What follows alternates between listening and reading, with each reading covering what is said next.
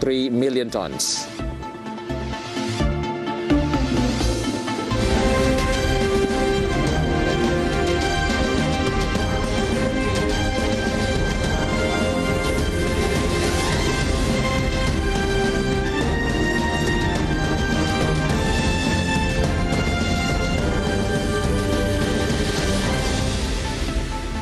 Good evening, it's Friday, February 18, 2022. Market Headlines is ready to provide you a number of information from business and economic. With me, Wicky Adrian, you're watching Market Headlines.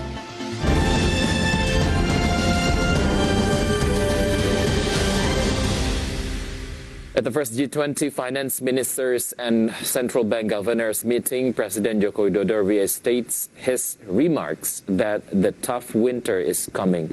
The president remarks it due to the current condition that the pandemic is not over yet and the world economy is still in shock. The COVID-19 pandemic is not over yet. This made Jokowi remember his remarks at the IMF World Bank annual meeting in Bali in 2018, where he stated that his prediction of an economic slowdown had actually happened. Sebagaimana saya katakan pada IMF World Bank annual meeting tahun 2018, the winter is coming, dan saat ini winter yang berat benar-benar datang. Pandemi belum berakhir dan ekonomi dunia masih terguncang. Ketidakpastian global harus kita hadapi dengan sinergi dan kolaborasi. Kita harus bekerja sama mengendalikan inflasi yang cenderung meningkat. Kita harus mengantisipasi kelangkaan dan kenaikan harga pangan, kita harus mengatasi kelangkaan kontainer dan rantai logistik lainnya, kita harus mencegah terjadinya kelaparan. Jokowi hopes that the meeting of finance ministers and central banks governors from G20 member countries can formulate fiscal and monetary policy measures that synergize between countries. At the G20 forum, Indonesia will push forward priority agendas with the spirit of recovering together and recovering stronger. IDX Channel reports. Finance Minister revealed that the G20 would formulate the formation of a global health fund to deal with future pandemics. Sri Mulyani inserts that strong commitment and greater investment are needed to achieve this goal. Finance Minister Sri Mulyani Indrawati revealed that G20 members countries would formulate the formations of a global health fund to deal with the future pandemics. The creation of the fund is one of the three main priorities for strengthening the global health architecture. We'll brainstorm on possible financing modality and identify a way forward that promises the most added value for both contributors as well as recipients. This strong commitment and greater investment than ever before are needed. The availability of global health funds makes all countries better prepared to face the pandemic. The effect will be to reduce the negative impact on the social and economic fields as happened in the last 2 years during the COVID-19 pandemic. We would like to establish a global fund, and this is a continuation of my friends Roberto during a G20 presidency in Italy. Why we need this fund? Because we need enough power and speed when the next pandemic comes. Meanwhile, two other priorities are the harmonizations of global health protocol standards and the expansion of vaccine and drug manufacturing in any country so that therapeutic access is evenly distributed in the world. IDX Channel reports. The Meteorology, Climatology and Geophysics Agency, or BMKG, reminded the threat of earthquake and tsunami that could potentially occur in the Banten area. BMKG reveals the potential for an earthquake with a magnitude of 8.7 and a tsunami with a maximum height of 8 meters. The Meteorology, Climatology and Geophysics Agency or BMKG reminded the Banten provincial government regarding the threat of earthquakes and tsunamis that could potentially occur in the Banten area. One area that has a high level of vulnerability to earthquake and tsunami disasters is Cilegon City. Head of BMKG Dwi Korita explained at least there are 4 potential sources of earthquake and tsunami in the area, namely the megathrust earthquake source zone, which is prone to earthquakes and tsunamis, namely Mentawai Fault Zone, Semangko Fault and Ujung Kulon Fault, which are prone to earthquakes and tsunamis. The Graben Zone of the Sunda Strait is prone to seabed landslides, which can generate a tsunami, and Mount Anak Rakatau, which if an eruption occurs, it can also trigger a tsunami. Based on the modeling carried out by the BMKG, continued Dwi Korita, even earthquake occurs that originates in the Sunda Strait megathrust zone. There is a potential for an earthquake with a magnitude of 8.7. It is estimated that the Cilegon area will be affected by shocks that can cause light, moderate to heavy damage. Regarding the earthquake with a maximum magnitude of 8.7, the highest tsunami potential is estimated at 8 meters around the Merak Harbor area, Cilegon City. IDX Channel reports.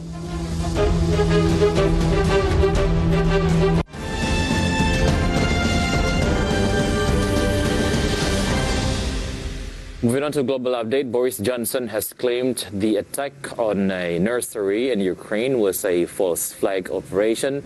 Meanwhile, Hong Kong's authorities reported new coronavirus cases had multiplied by 60 times. More stories on today's International Minute. Boris Johnson has claimed the attack on a nursery in eastern Ukraine was a false flag operation designed to discredit the Ukrainians. Speaking on a visit to Ralph Weddington in Lincolnshire on Thursday, the Prime Minister said the situation in Ukraine continues to be very grim. Earlier reports emerged that a children's nursery at a village in the Luhansk region was subject to an attack. Hong Kong's coronavirus battle has intensified as authorities reported new cases had multiplied by 60 times so far this month. Local media has reported that testing would become compulsory for everyone from March. Hospitals are overwhelmed with some patients, including elderly, left lying on beds outside. Schools, gyms, cinemas, and most public venues are shut. Many office employees work from home. Airbus has announced its highest ever profits and a return to paying a dividend to shareholders in a sign of the aerospace industry's burgeoning recovery from the COVID pandemic. The European plan maker reported a record net income for 2021 of 4.2 billion euro in stark contrast to a steep 1.1 billion euro loss in 2020 when the pandemic first hit. The company made revenues of 52 billion euro, up from 50 billion euro in 2020. Marvel debuted the full-length official trailer for Multiverse of Madness. The trailer sees Dr. Stephen Strange being detained for his desecration of reality. The new trailer also features the otherworldly monster known as Gargantos. Scarlet Witch pointing out Strange's apparent hypocrisy regarding his handling of the multiverse crisis and multiple versions of Strange himself. In addition to being the sequel to 2016 Doctor Strange, Multiverse of Madness serves as a follow-up to Disney Plus' WandaVision. IDX Channel reports.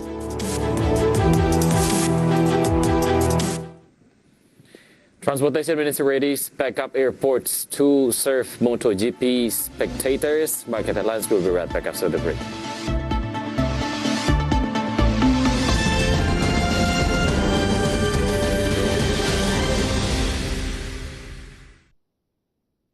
Kini aplikasi mClears hadir di handphone Anda untuk memudahkan transaksi Anda. Informasi aktivitas clearing dan penjaminan tidak lagi hanya dapat diakses melalui komputer di kantor Anda, melainkan dapat diakses di mana saja dan kapan saja dalam genggaman Anda. Fitur-fitur mClears, Equity Clearing dan Settlement adalah fitur di mana Anda dapat melihat posisi kewajiban settlement anggota clearing hingga nilai alternate case settlement serta informasi gagal bayar. Risk management adalah fitur di mana Anda dapat melihat posisi trading limit, kolateral, MKBD, portofolio harian, risk charge anggota clearing dan kombinasi, serta nilai minimum cash collateral. Derivatif adalah fitur di mana Anda dapat melihat posisi trading limit, margin call, dan informasi clearing derivatif. Terkait pinjam-meminjam efek, terdapat fitur mengenai borrowing information dan lendable pool information, serta lending revenue dan borrowing fee. Serta menu lain yang menampilkan informasi mengenai haircut, risk charge saham, dan nilai harga penyelesaian harian dan harga penyelesaian final.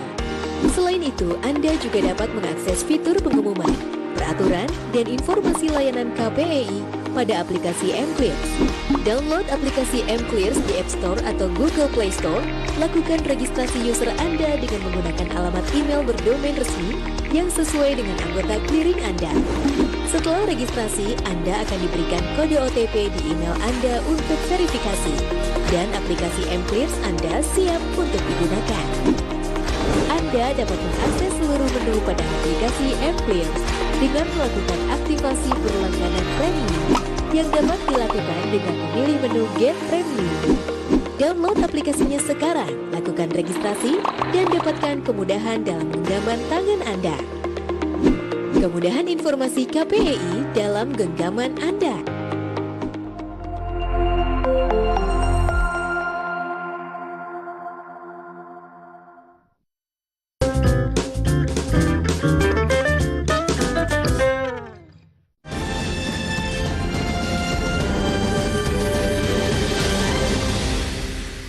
Welcome back. Trade Ministry assessed that the metaverse has the potential to boost the digital trade sector. The ministry's optimism is based on many trade activities cannot be separated from the use of metaverse technology. Deputy Minister of Trade Jerry Sambuaga assessed that the metaverse has the potential to boost the digital trade sector, including the Industrial Revolution 4.0. Jerry said that the metaverse provides a different experience and encourages the growth of new businesses. Menjadikan sesuatu yang sifatnya tidak hanya sebagai produk-produk inovasi atau kedepannya sebagai produk-produk yang bisa memberikan sesuatu kepada masyarakat, tetapi juga menjadi trendsetter. Bagaimana metaverse nanti mungkin diaplikasikan dalam sesuatu yang lebih konkret lagi. Tingkatan konsumen digital, data yang kami terima ini dari tahun 2020 sampai dengan 2021, itu ada sekitar 21 juta pengguna baru, yang tentunya ini semakin menunjukkan bahwa banyak perkembangan dan juga inovasi di sektor-sektor digital. The Deputy Minister of Trade mentioned that many trade activities not be separated from the use of metaverse technology, including promotions and exhibitions. This latter developed with the introductions of virtual reality and augmented reality technology. In fact, the existence of other technologies such as blockchain, crypto assets, and non-fungible tokens also facilitates trading in the metaverse. IDX Channel reports. To anticipate the surge in the number of flights and passengers during MotoGP Championship in March, the Transportation Ministry has readied Bali International Airport as a backup airport to serve tourists and spectators. The Transportation Ministry's Directorate General of Air Transport has readied I Gusti Ngurah Rai International Airport on Bali Island as a backup airport to serve tourists and spectators headed for the Mandalika MotoGP in March. Ini juga nanti akan kita fasilitasi melalui bandar udara sebelahnya, yaitu di Bali, yang kita siapkan khusus juga untuk mengantisipasi kalau memang nanti penumpang ataupun penonton ini akan memenuhi stadion tersebut dengan kapasitas sekitar 60 sampai dengan 65 ribu.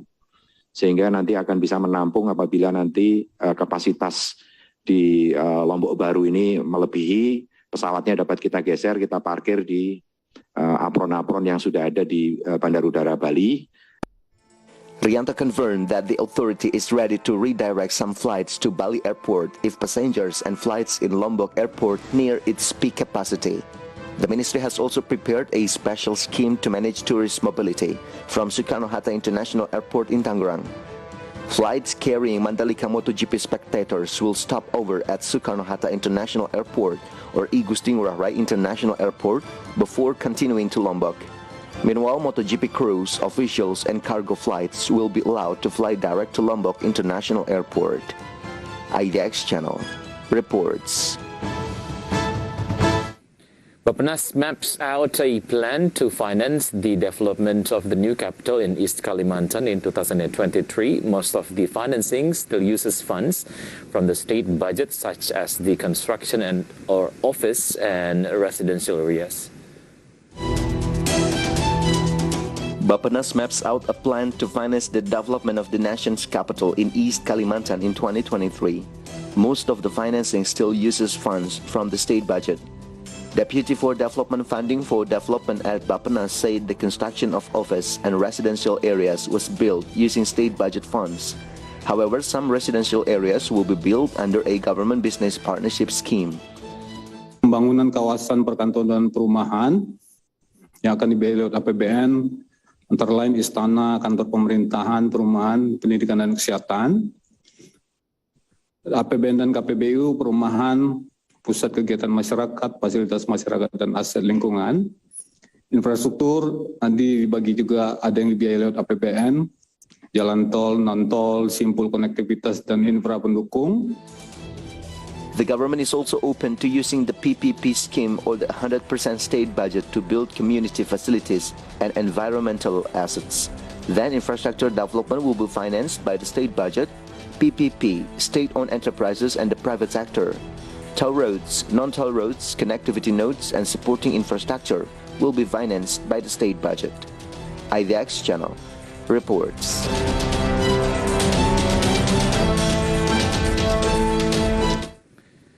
In the hearing meeting with the House of Representatives, the Ministry of Energy and Mineral Resources targets coal production of 663 million tons by 2022. Meanwhile, regarding domestic market obligations, the ministry sets the DMO at 166 million tons. The Ministry of Energy and Mineral Resources targets to produce 663 million tons of coal this year. One of the steps taken is to fulfill the domestic market obligation of around 166 million tons. Minister of Energy and Mineral Resources Arifin Tasrif revealed that in the next 5 years, domestic coal demand for the power generations and industrial sector is estimated to continue to increase to reach 200 million tons. Pada tahun 2022, dari rencana produksi batubara sebesar 663 juta ton, rencana DMO adalah sebesar 166 juta ton. Realisasi produksi hingga bulan Januari tahun 2002 untuk DMO adalah sebesar 13 juta ton. Alokasi kebutuhan batubara dalam negeri untuk sektor pembangkit dan industri pada 5 tahun ke depan diperkirakan akan terus meningkat dari 165,75 juta ton pada 2022 menjadi 208,5 juta ton pada tahun 2025. The ministry said that the realizations of coal productions until January 2022 reached around 13 million tons. Meanwhile, the planned coal demand for the steam power plant reached 127.1 million tons. IDX Channel reports. Medica Loka allocates 100 billion rupiah for shares buyback. The news right after the break on market headlines.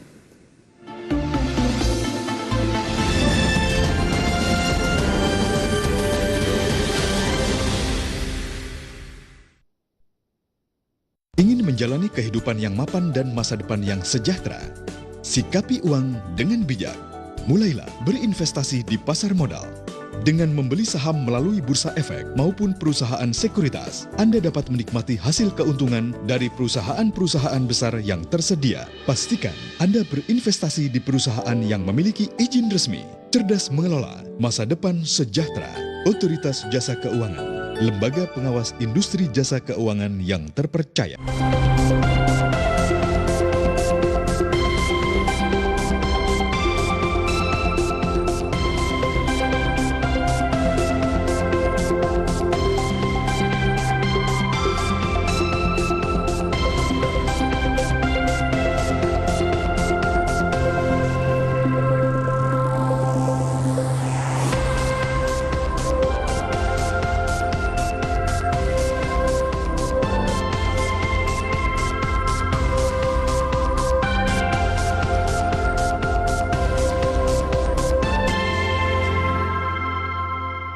sektor UMKM hanya akan dikenakan pajak final 0,5%. Awali hari Anda dengan informasi dunia ekonomi yang diulas dari berbagai sudut pandang.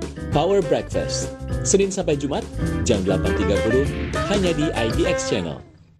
Perbincangan hangat tentang isu dan kebijakan ekonomi terkini yang diulas secara mendalam bersama narasumber terpercaya. Market Review, Senin sampai Jumat, jam 10 waktu Indonesia bagian Barat, hanya di IDX Channel.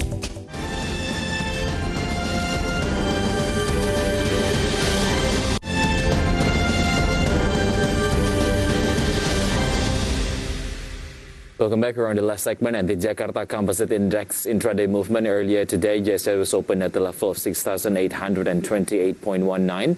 Then approaching the closing time of the session, the index was on the level of 6,889.69. Then the index was showing strengthening trend by the second session closing time. Index was closed at the level of 6,892.81. In short, JCI went up 0.84%. And next, we're going to see the sectoral movement leading the dynamics of today's trading. We got infrastructure went up 2.32%, technology went up 1.48%, health went up 0.08%. Meanwhile, transportation and logistics went down 0.74%. And moving on to top gainers and top losers, here are the key highlights from today's trading session. ANTM went up 7.46% to the level of 2,090 rupiah per share. ARTO went up 1.64% to the level of 15,450 rupiah per share. BBRI went up 0.68% to the level of 4,430 rupiah per share. BABP went up 15.38% to the level of 240 rupiah per share. Meantime, the top losers for today's trading, we got BBCA went down 6.97% to the level of 131 rupiah per share. Yatta went down 0.57% to the level of 174 rupiah per share.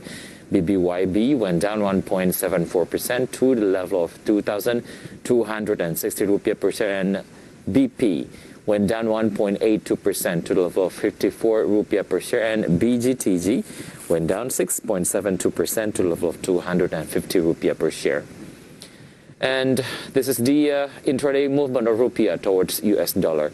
Opened at the level of 14,332. Rupiah was also showing weakening trend towards US dollar, was closed at the level of 14,329. In summary, rupiah went down 0.71%.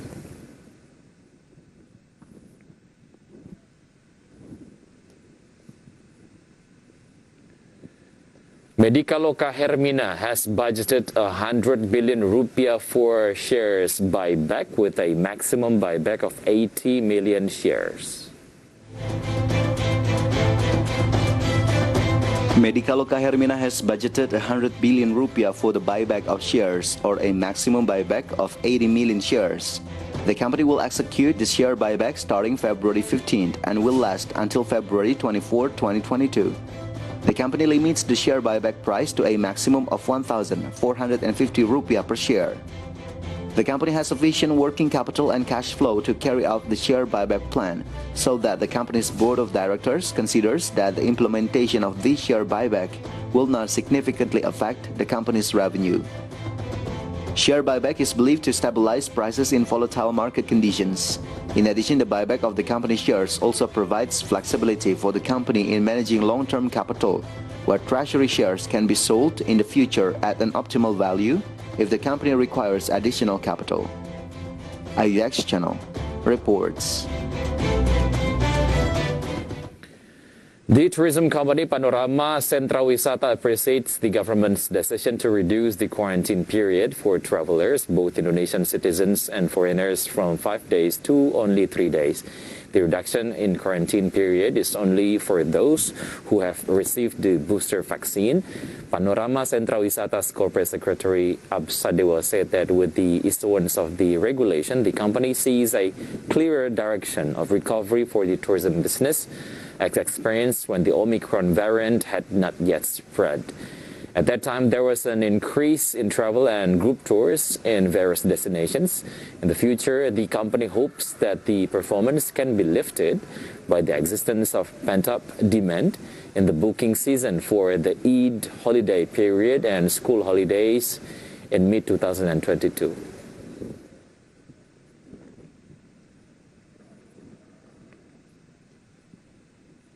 Bumi Serpong Damai posted 7.7 trillion rupiah pre-sales in 2021. The achievement was 10% higher than the predetermined target. Last year, Bumi Serpong Damai posted higher pre-sales than the predetermined target. Meanwhile, last year, Bumi Serpong Damai posted pre-sales of 7.7 trillion rupiah throughout 2021. This achievement was 10% higher than the initial target of 7 trillion rupiah. When compared to the achievement in 2020, the pre-sales performance of Bumi Serpong Damai in 2021 is up to 19% higher. In 2020, the company obtained pre-sales of up to 6.5 trillion rupiah. The residential segment is the largest contributor with transaction value reaching 5.2 trillion rupiah, equivalent to 68% of pre-sales. In the last 3 months of 2021, Bumi Serpong Damai was able to record pre-sales of 1.64 trillion rupiah, equivalent to 24% of the annual target. For the Best the City area, it was recorded as the largest contributor by project with a contribution of 54%, then followed by Nava Park with 14%. Other projects include Zora, which contributes 8%, Grand Wisata 8%, and Kota Wisata 6%. There are also Tourism Legends and Grand City Balikpapan, which each contribute 2%. IDX Channel reports.